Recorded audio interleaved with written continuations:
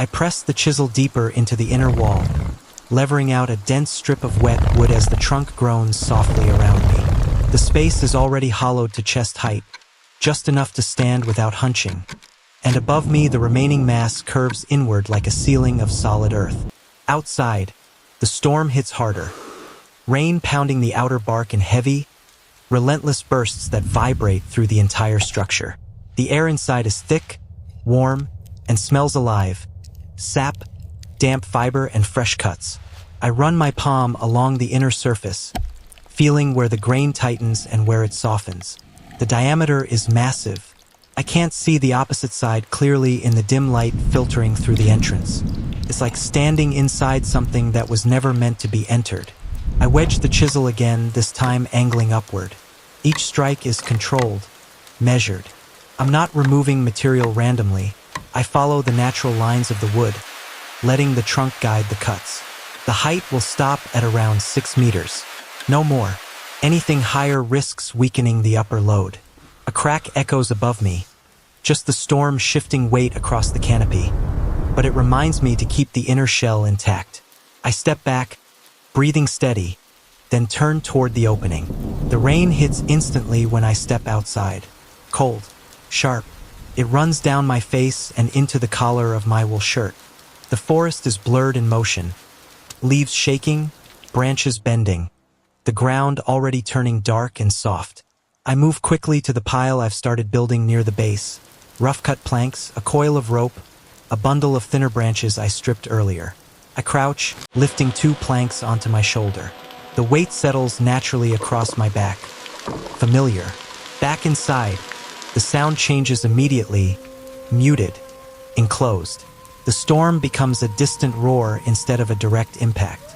I lean the planks against the inner wall and kneel near the base where I've begun carving the first level. There's no foundation here. The tree is the structure. Everything depends on how I shape it. I begin marking a horizontal line into the wood. This will be the base platform. Not perfectly flat, slightly curved to match the natural form, so the load distributes evenly. The blade bites in slowly. I carve a shallow channel first, then deepen it, working around in a wide circle.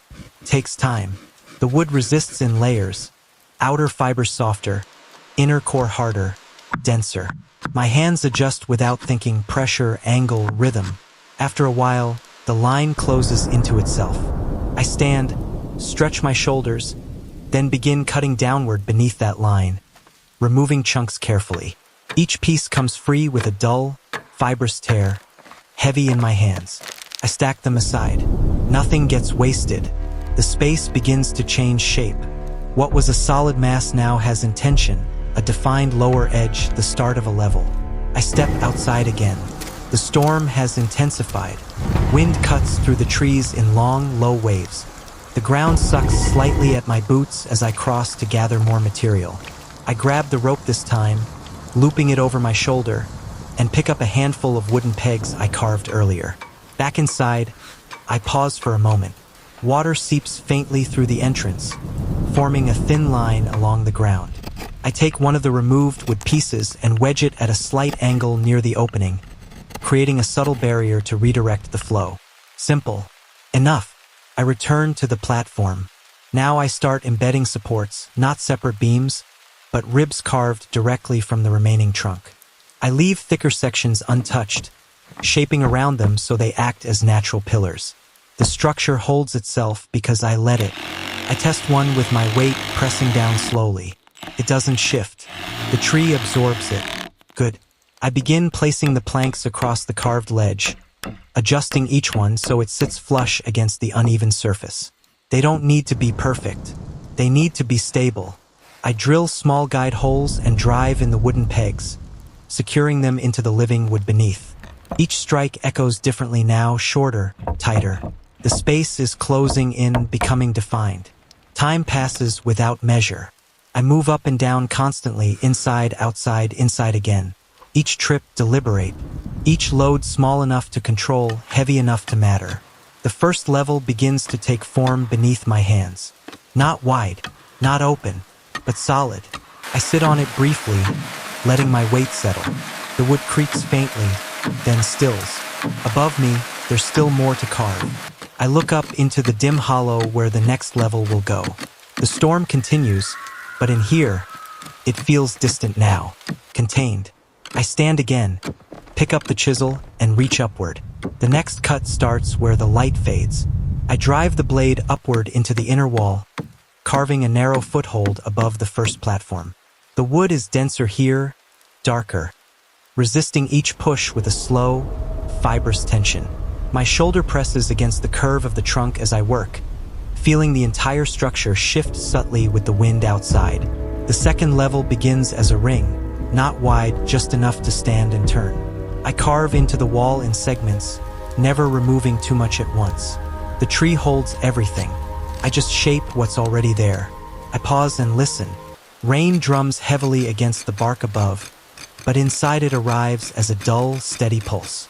Water traces thin lines along the inner surface, following natural channels in the grain.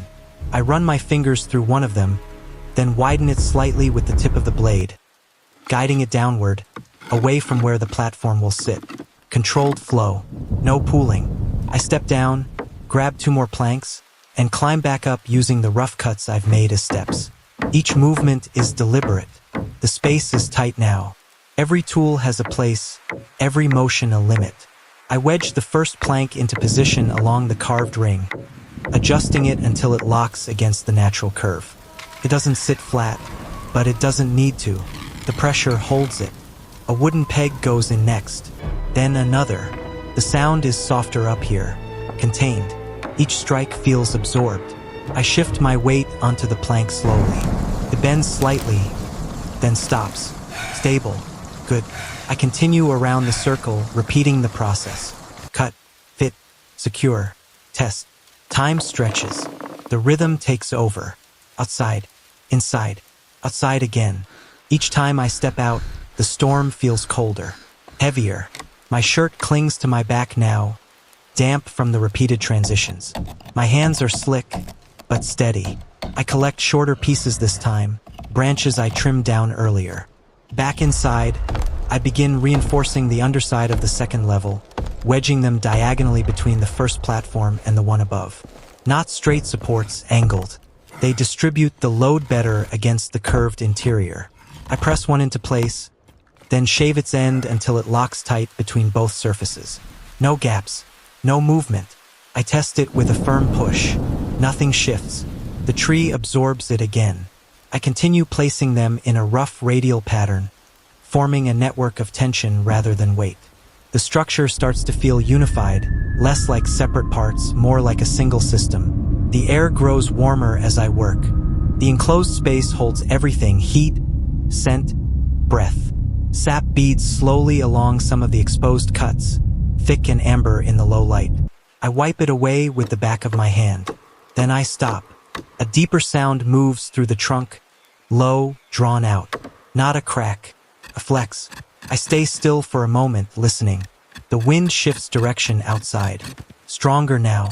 It pushes unevenly against the canopy, transferring that force down through the trunk. I look up at the ceiling, still intact, but I adjust. I move back to the second level and begin shaving down a section I left too thick. Reducing weight even slightly helps balance the internal stress. Each cut is smaller now, more precise. I don't rush. After a while, the tension eases. The sound fades back into the steady rhythm of rain. I exhale slowly and continue.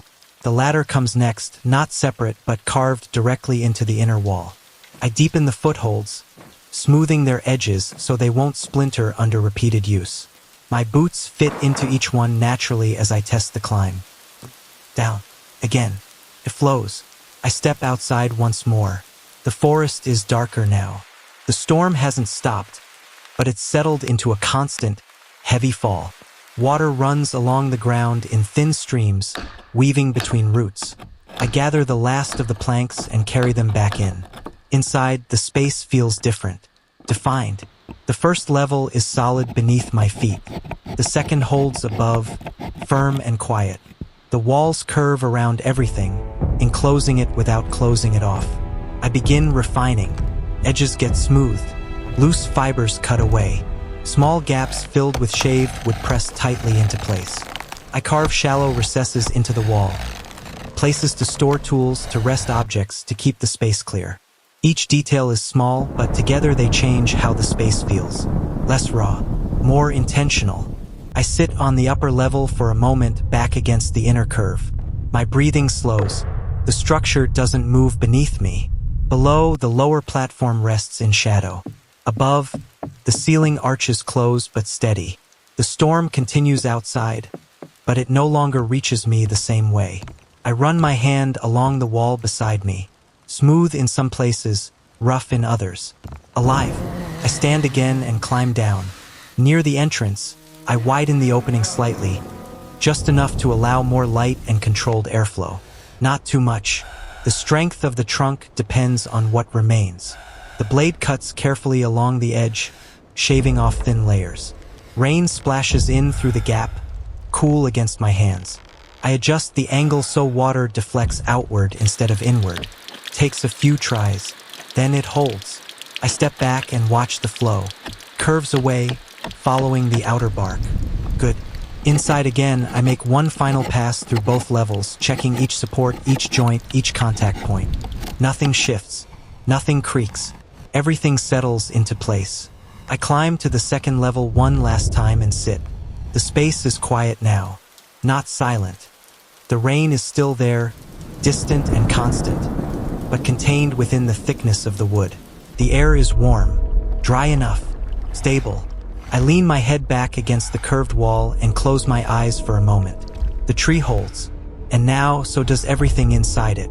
I press my palm against the inner wall near the entrance, feeling the faint vibration of rain dispersing along the outer bark. The structure is holding steady, but the air is still too heavy. It needs to move.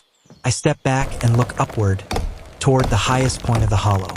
The ceiling curves inward, dense and thick, but there's enough mass to carve a narrow vertical shaft without compromising the load.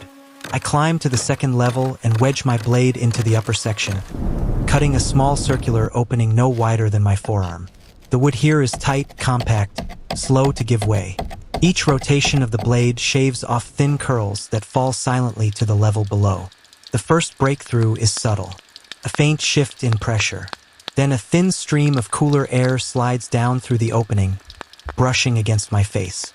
I stay still for a moment, letting it pass through the space. It's enough. I widen the shaft slightly, smoothing the inner edges so moisture won't collect. The airflow begins to stabilize, pulling warm air upward, drawing fresh air in through the entrance. A quiet exchange. I climb down again. The interior feels different almost immediately. Lighter. The dampness begins to settle into the wood instead of the air. I move to the lower level and begin shaping the ground. Not digging, just refining. I carve shallow channels that guide any remaining moisture toward the entrance, following the natural slope I've already created. The removed fibers are packed tightly into small seams along the walls, sealing gaps and reinforcing weak points. Everything stays within the tree.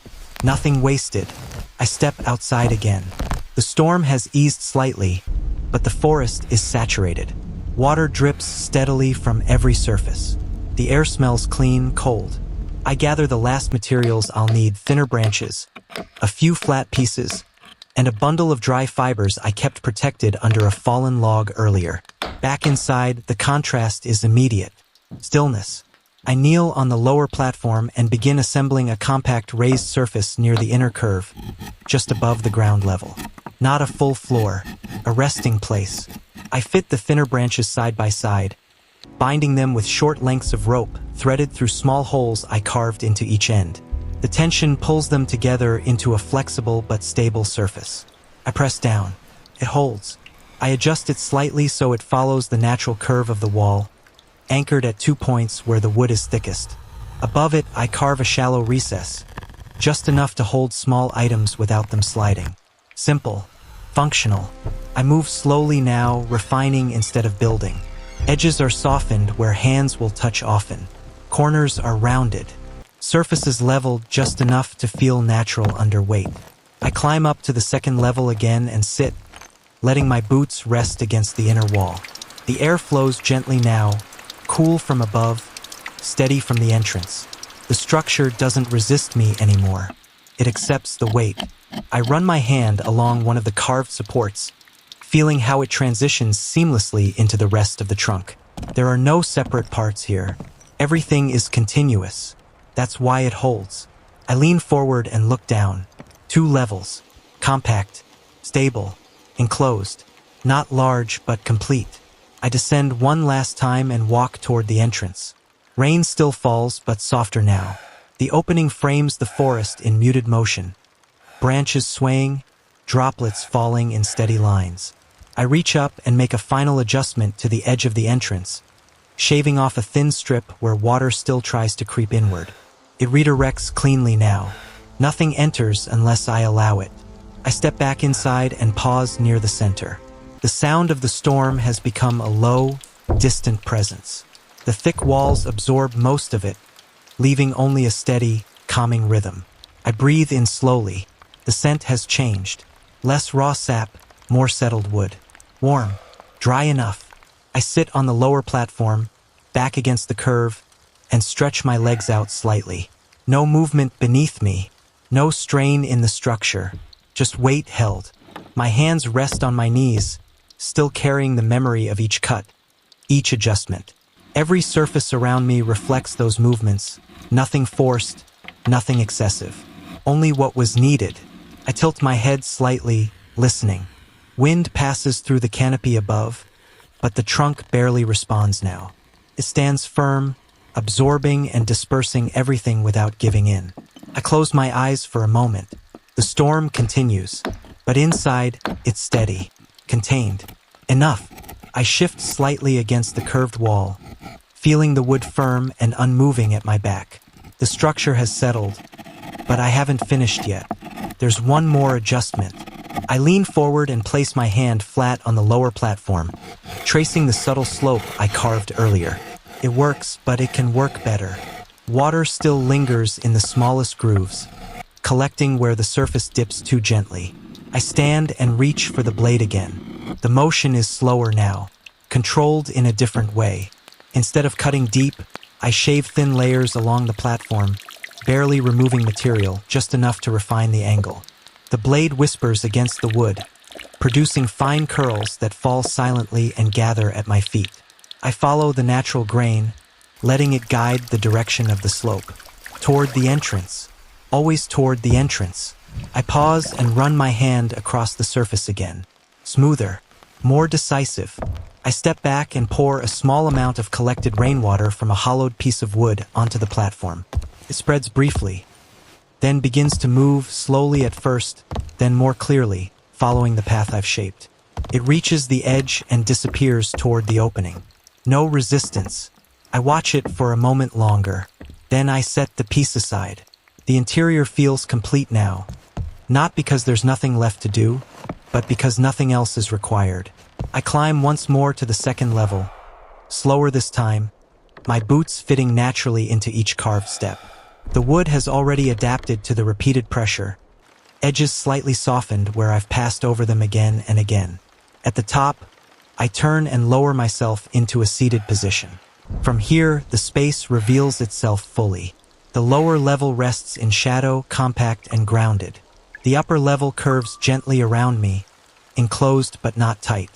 Above, the narrow ventila chow shaft draws air upward in a steady, quiet pull. Everything moves, without movement. I rest my elbow against the inner wall and look toward the entrance.